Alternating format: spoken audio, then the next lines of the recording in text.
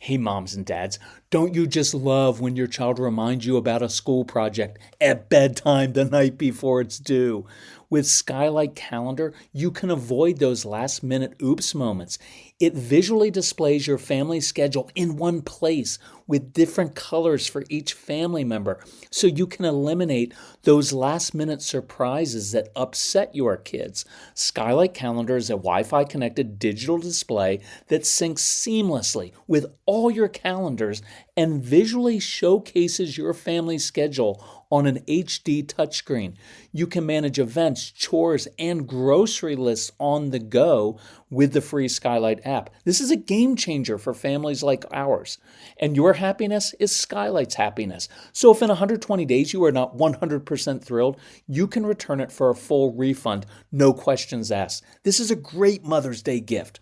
And right now, Skylight is offering our listeners $30 off their 15-inch calendars by going to skylightcal.com/calm. Go to skylightcal.com/calm for $30 off your 15-inch calendar. That's skylightcal.com/calm. So do you struggle getting your kids to just do simple things you never thought you'd have to fight about?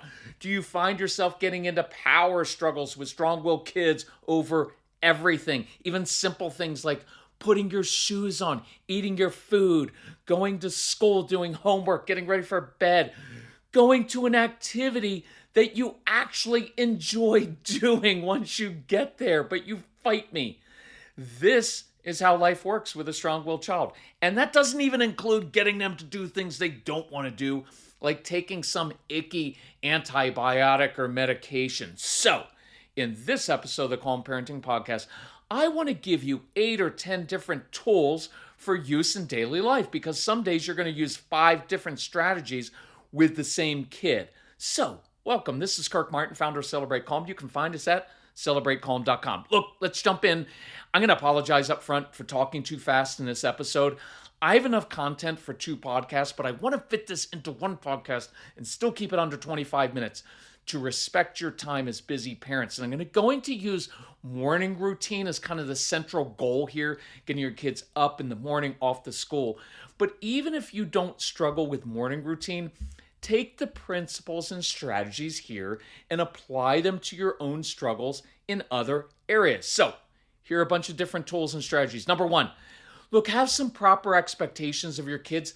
Understand who they are, know their nature, learn how to control yourself, and don't take things personally with these kids. And I'm going to encourage you, first thing in the morning, do not interrogate your kids. I know to you, it's not an interrogation. You love your kids. You want to know, hey, did you get all your homework done? Did you study for that big test today? Did you wash your hands, take a shower? Did you brush your teeth? Did you clean your room? Did you make your bed?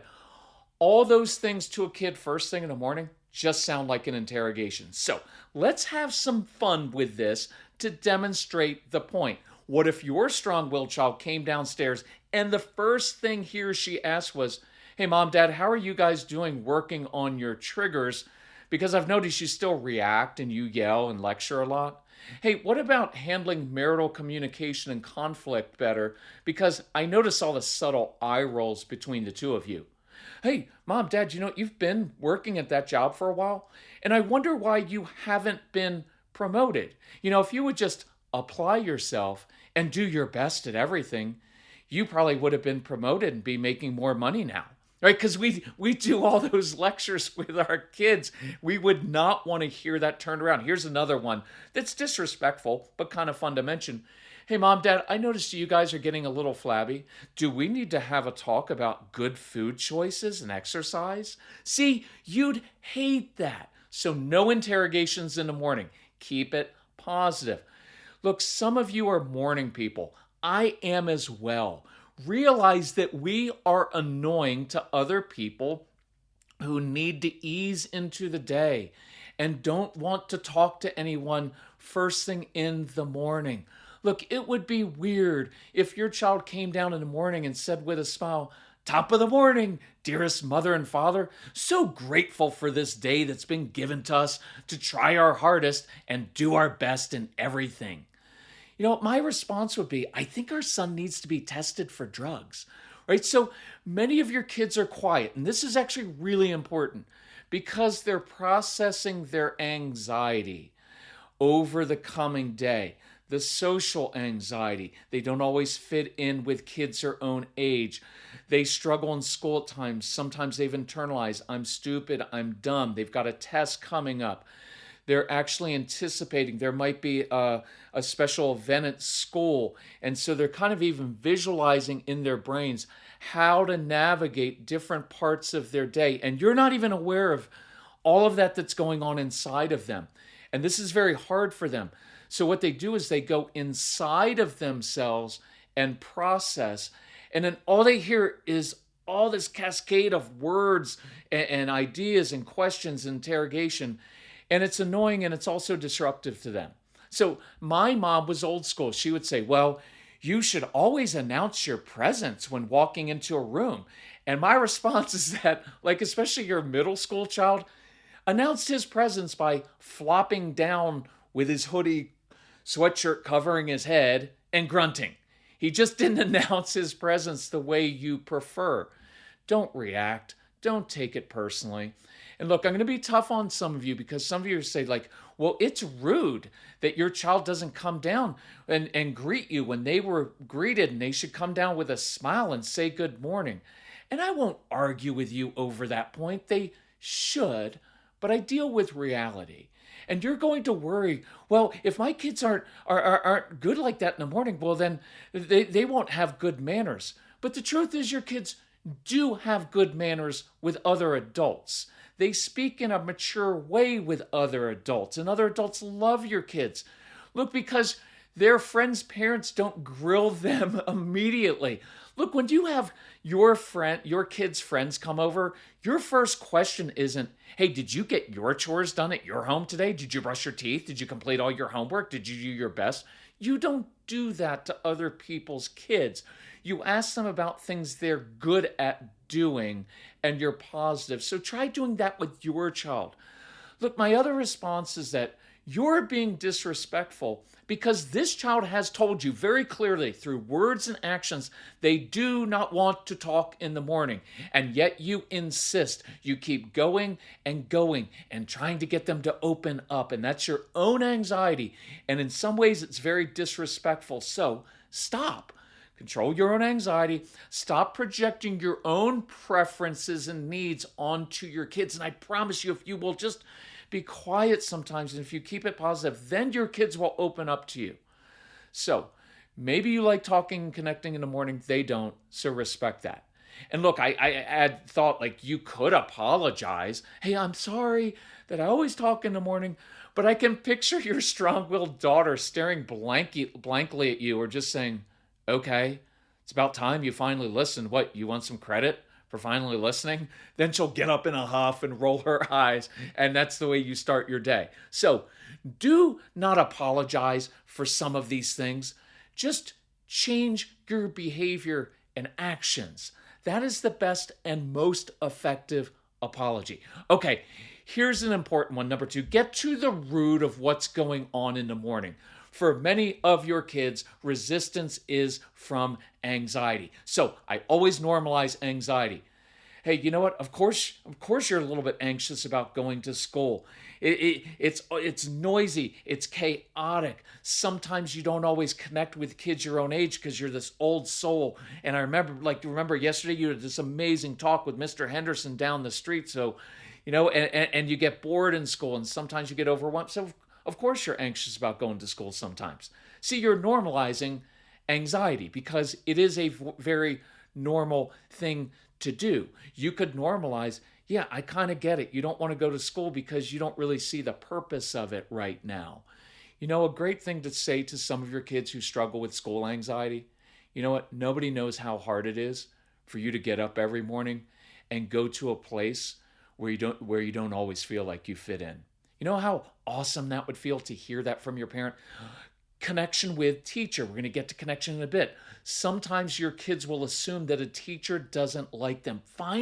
See if you can find a common interest between your child and the teacher. I remember once we were working with this family, and the kid thought, this teacher doesn't like me. And I was like, okay, well, you're going to experience that a lot in life with thinking different people don't like you or you're not connecting with them, but sometimes it's a misperception you have. So I'm going to challenge you, and I did this with a third grade kid, find something out about your teacher that's personal. And so what he found out is that she had a child with some very special needs, but that her son loved trains. So you know what this kid did? He actually made a train out of his Legos for the teacher's kid, and then they bonded over that. It was a beautiful, beautiful thing. You can't always do that, but here's one thing you can do. Always, wherever your kids, have a teacher, an assistant principal, someone at school, give your child a special mission doing something that they're good at doing. Saying, oh man, Sarah, Justin, look, I could really use your help. Could you be here every day 5 minutes early? Because you're really good at doing X, and I could really use your help with this project. That sometimes is extremely helpful for overcoming anxiety. If you struggle with this, go back in mid-August. I did a whole podcast on school anxiety and refusal, so look that up. Number 3, have fun and stop fighting. This is kind of fun. So your child has to take some kind of medication. Maybe it's an antibiotic. Maybe it's some other kind of medication. They don't like doing it. And instead of trying to convince your child how important it is to do it, which never works, just identify with them and say, you know what, I would hate taking that every morning. So here's what we're going to do. Every single morning, I ask you to swallow something you hate, so I'm going to do the same. How about I take a drink of orange juice and milk mixed together, because that's gross, while you're taking your pill. Or I do something that makes me uncomfortable, like 20 push-ups. Just try it. Now, tools. I love giving kids tools, and connection is my favorite tool. So here are a few examples. Casey hated school. So I would walk into his bedroom. Look, here's how we usually walk. Come on, gotta get up, school, gotta go. And what happens? Our anxiety causes them to dive back under their sheets. So sometimes I would walk in, just sit on his bed, and I'd mention one quality that I really liked about him. Hey man, I really love, Casey, I've noticed you're really good at connecting with older people. You're really good with little kids. I noticed yesterday in the neighborhood that one kid was getting picked on and you stood up for him, and I love that about you. Or I'd compliment him on something like, hey, last night after dinner, you brought your fork back from the table to the sink. Maybe tomorrow you'll bring one more utensil, and then finally, I'm kidding. But you praise for progress, not perfection. So I wake them up to something positive. Sometimes connection. Casey was an old soul. He loved blues music from a young age. So I'd say, Case, I downloaded a really cool John Lee Hooker song. If you get ready and get downstairs in the next 7 minutes, we will blast that while we're making breakfast. There's some connection. You could ask your child about something they're interested in. Just know that you probably won't be interested in it. Hey, if you get ready every morning we leave, school bus comes at 7:23 a.m. If you get ready 7 minutes early, I will give you 7 minutes of my undivided attention. I will even watch your favorite TikTok videos. My least favorite thing to do in the world. Don't necessarily say that. And I'll actually act interested. The point is connection. Draw them to you. It can be really helpful. So we just moved into a new home with no landscaping. So we were thrilled to discover fast-growing trees. They take the hassle out of creating your dream yard. No more wasting your weekend driving around, being overwhelmed by big garden centers that don't have what you want. Fast Growing Trees is the biggest online nursery in the US with thousands of different plants and over 2 million happy customers, including us. Get your plants delivered directly to your door in just a few days. Their Alive and Thrive guarantee ensures your plants arrive happy and healthy. Plus, you get support from trained plant experts on call to help you choose and care for the right plants. This spring, Fast Growing Trees has the best deals for your yard, up to half off on select plants. Plus, listeners to our show get an additional 15% off their first purchase when using the code CALM at checkout. That's an additional 15% off at fastgrowingtrees.com using the code CALM. fastgrowingtrees.com/CALM. Offers valid for a limited time. Terms and conditions may apply. So Mrs. Calm told me yesterday, I wish I had begun drinking AG1 sooner. My stomach has felt so much calmer and I'm more regular. My AG1 in the morning provides some consistency I really crave. And that's one reason I love my AG1. It's an easy, healthy daily routine. No messes, no blenders. We put 1 scoop of AG1 into a bottle of water, shake it up, and start our day with 75 vitamins, probiotics, prebiotics, and whole food sourced ingredients. Check out a special offer at drinkag1.com/calm. Look, I've got more energy, better mental clarity, and AG1 supports my immune health. And that's why I've been partnering with AG1 for so long. Be an AG1 couple like us.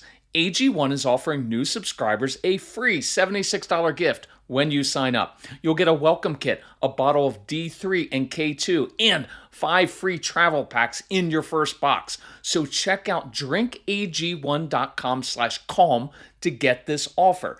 That's drinkag1.com/calm to start your day with a win. Okay, if you've listened to our programs, instead of punishing kids for failing and falling into that if-then trap, if you don't get ready, you miss this.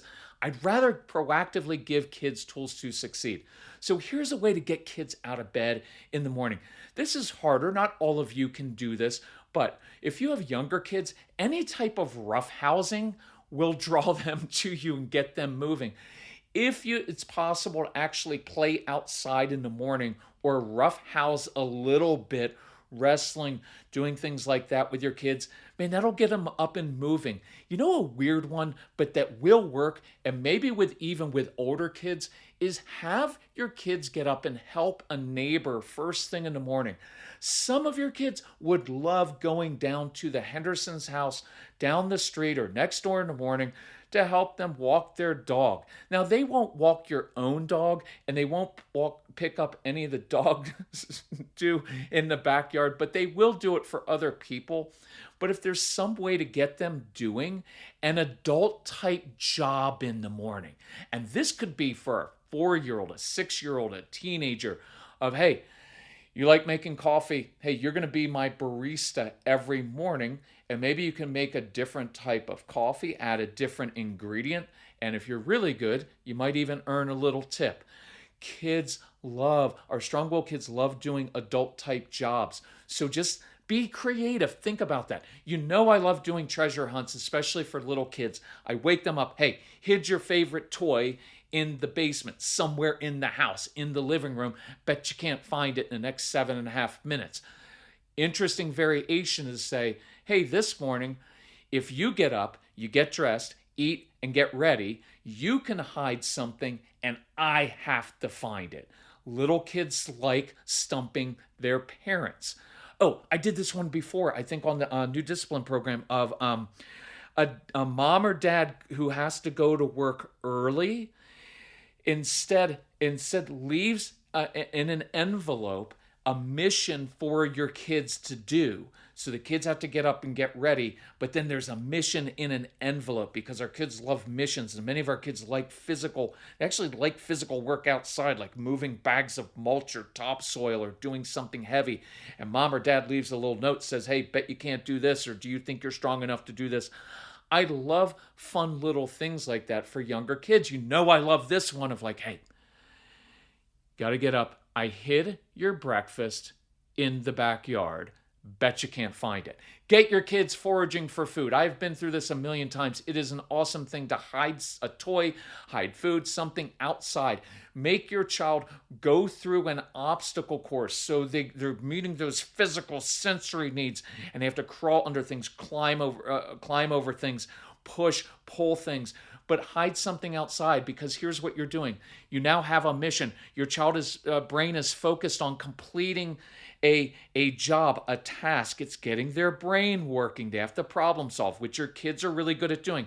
Your kids aren't great at doing simple tasks, but they're really good at problem solving and solving problems and doing missions. And they're moving, they're physical, they're outside, they're getting exercise and fresh air. And then they find their food, and many of your kids would love to sit outside and eat their breakfast with the chipmunks. They would be perfectly happy. You and your other more compliant kids will be perfectly perfectly happy as well, because the strong-willed child usually complains all morning, this isn't what I wanted to eat, I can't eat it. Instead, they're outside happy, you're inside happy. It works. Just roll with some different ideas. Okay, ownership. This is extremely important. We've done entire podcasts on giving kids ownership over how they do things. Here's the concept. I don't say if you want to do this. I say, oh no, homework's getting done. You're going to school. Chores are getting done. I just don't care how you accomplish it.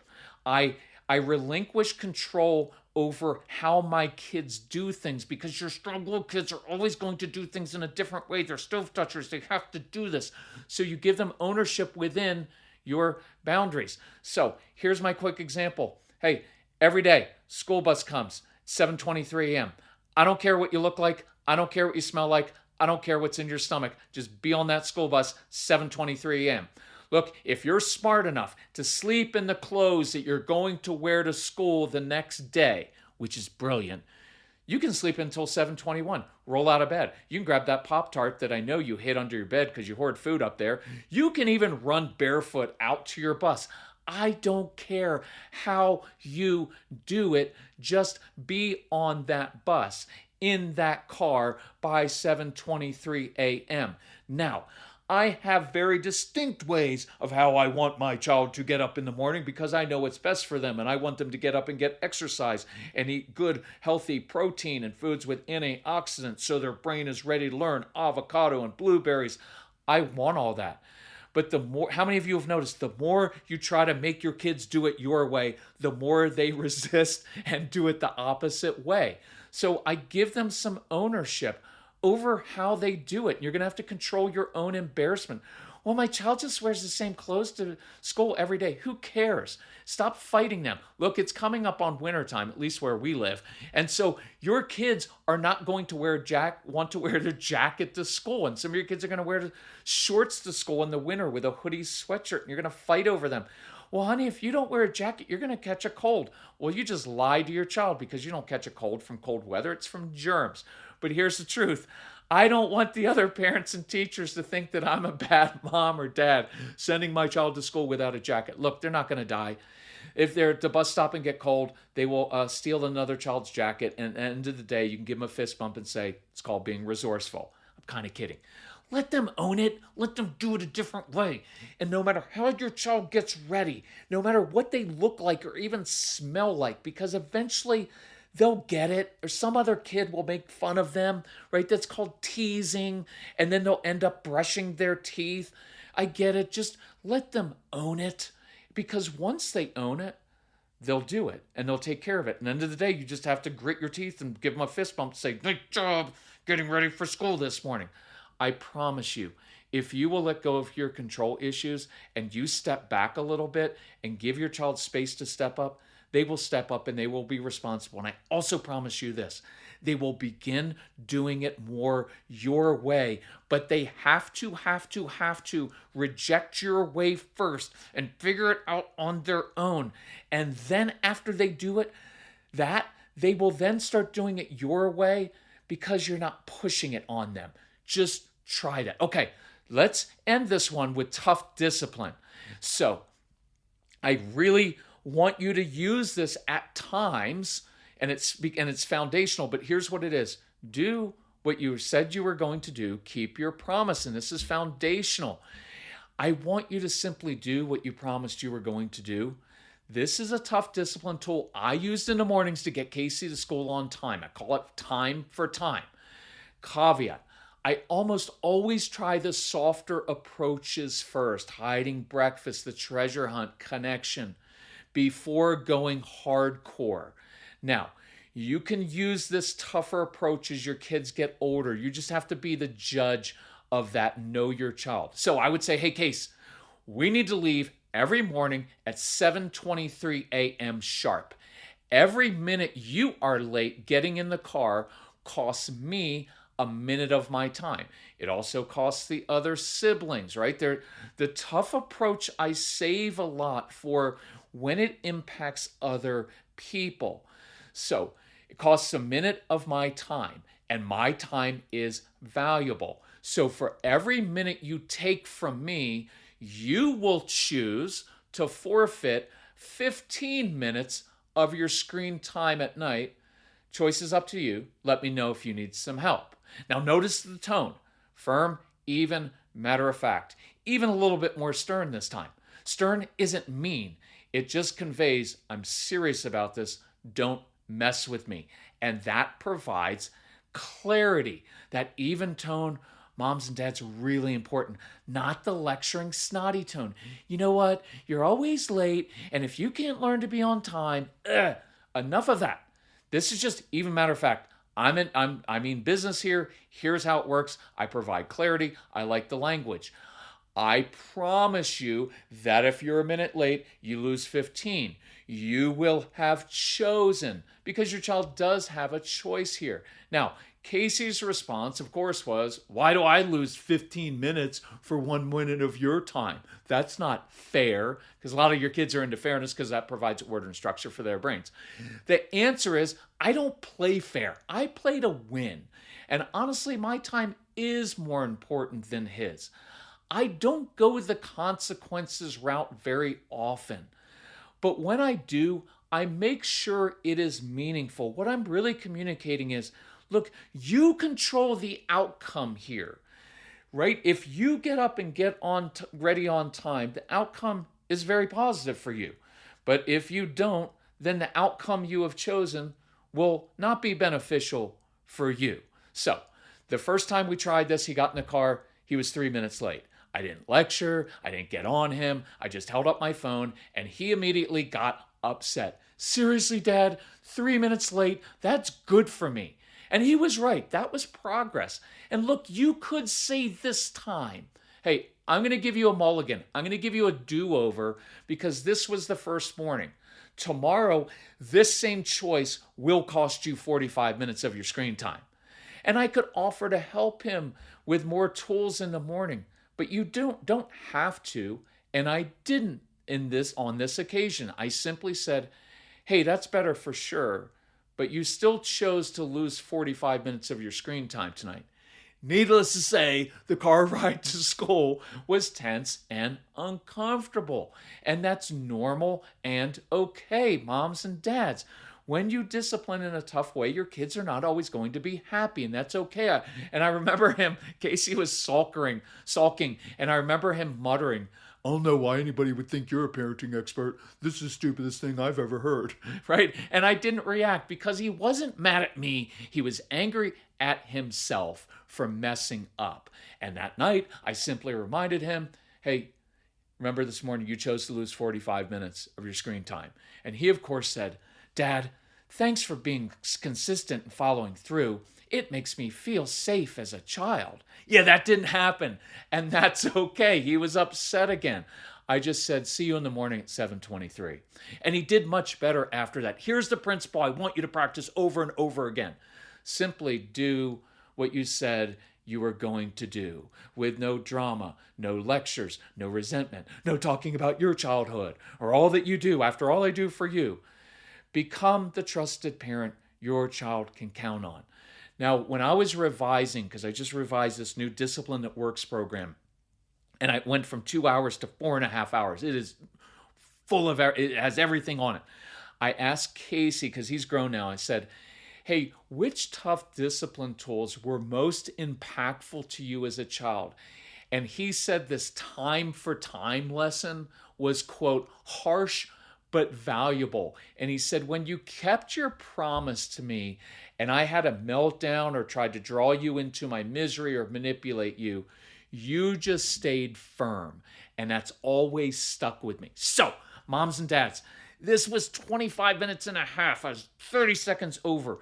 I hope you found this helpful. Listen, if you need more help, go through all the programs on the app, share it with your spouse, get your parents on board. We'll get the teachers on board. If we can help you in any way, let us know. But work on the different strategies. Start to think through which ones you want to use in different parts of the day. And as you practice these, they get easier to implement over time. One more thing, by the way, I've had a lot of comments lately about, hey, is it okay for our kids to actually listen to your programs or the podcast? I'm like, yes, why not? It's not like we're giving away secrets here to manipulate your child. We've actually, over the years, usually recommend that of, yeah, let your kids listen to the programs. I'd let them listen to the Stop Power Struggles with Your Strong-Willed Child program, the ADHD University program, because that teaches them how their brains are wired and made, and it can lead to some really great discussions actually with your kids. Anyway, I've talked too much. Okay, love you all. Thanks for listening to the podcast, sharing it. We'll talk to you soon. Bye-bye.